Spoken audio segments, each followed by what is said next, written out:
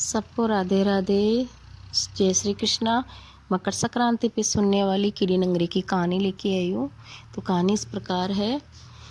एक गांव में बुढ़िया माई रहती थी। तो उसके 2 बेटे और 2 बहू थी।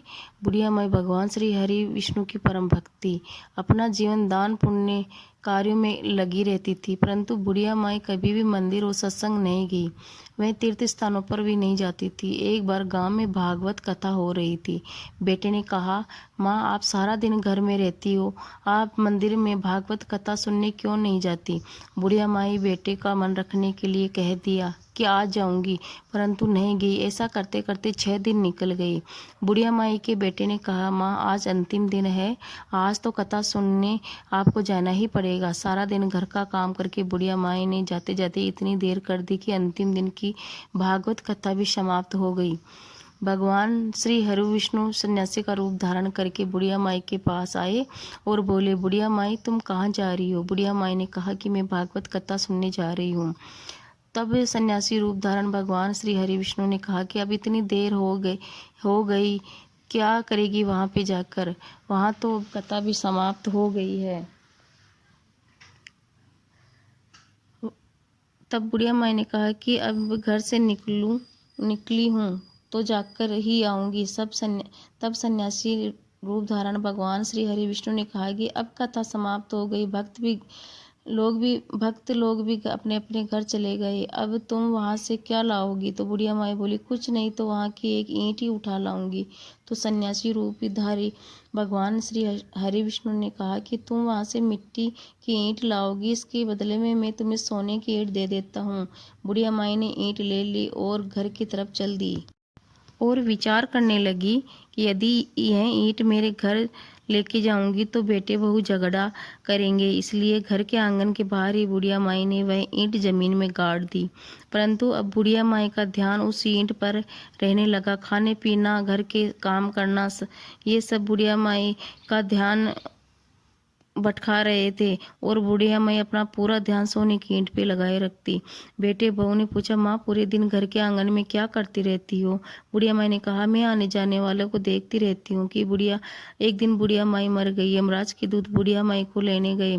बुढ़िया माई को धर्मराज के पास पहुंचे तो धर्मराज जी सारी बात बतलाई। बुढ़िया माई ने बुढ़िया माई की कुत्ती की यौन दे दी और कुत्तियां उसी पेड़ के नीचे बैठी रहती। बुढ़िया माई की बहू ने कहा, इस कुत्तिया को यहाँ से भगाओ, नहीं तो बच्चों को काट लेगी। तो उसके बेटे ने उसकी पीठ पर एक लकड़ी मारी। बुढ़िया माई मर गई और वह सर्प योनि मिली।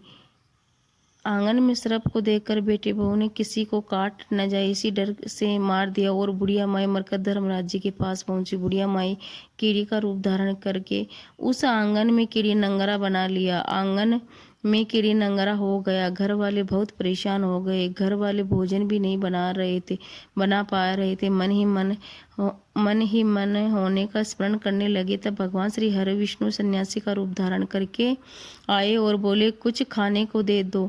तो घर वालों ने कहा, महाराज, हमारे खाने को तो कुछ भी नहीं बना है, क्योंकि हमारे घर में कीड़ी नंगरा हो गया है। आप इसका कुछ उपाय बताइए। तब महाराज ने आंगन में खुदाया और सोने की 28 निकली, दोनों बेटों को दे दी और कहा कि तुम्हारी माँ के नाम से दान पुण्य कर दो, धर्मशाला बनवा दो, स्कूल बनवा दो, प्याऊ लगा दो, गौशाला में गाय के हरे चारे की व्यवस्था कर दो। परंतु दोनों बेटे आपस में झगड़ने लगे, तू दान कर। किसी ने बुढ़िया माई के नाम से कोई भी दान नहीं किया और कीड़ी नंगरा वहां उसी स्वरूप में स्थापित हो गया।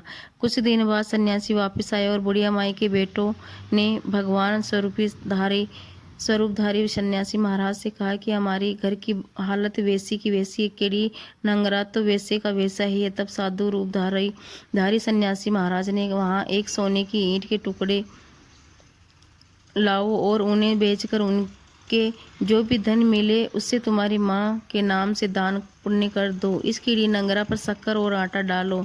तुम ऐसा करोगे तो तुम्हारी माँ को मोक्ष की प्राप्ति होगी। और उसके घर में कीड़ी नंगरा जाएगा। जो व्यक्ति प्रतिदिन सुबह प्रातः आटा और शक्कर खीरी नंगरी पर डालता है वह सदैव धनवान, पुत्रमान, संपन्न, सुख शांति से जीवन यापन करता है। और जिसके घर में कभी कोई कष्ट नहीं होता उसका जीवन सदा सर्वदा आनंद व्यतीत करता है। उसके परिवारजन उससे अत्यधिक स्नेह प्रदान करते हैं। खीरी नंगरा प्रतिदिन सींचने से जुड़ी खीरी नंगरी की कहानी सुनने से दान पुण्य व धर्म कार्यों में रुचि लगाने से जीवन उत्तम हो जाता है। बोलो भगवान विष्णु की जय हो। ये कहानी मकर संक्रांति से सुना जाता है और इसके उद्यापन के लिए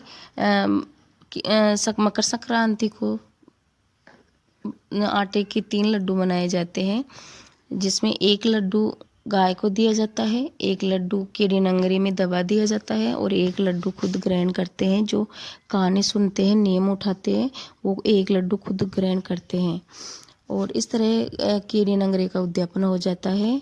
और आप सभी खीरी नंगरी का उद्यापन करो और प्रतिदिन कीड़ियों को मीठा शक्कर, बूरा शक्कर, तिल, ये से 7 अनाज मिलाकर खीरी नंगरी को सींचना चाहिए इसमें। और जय श्री कृष्णा, जय श्री राधे।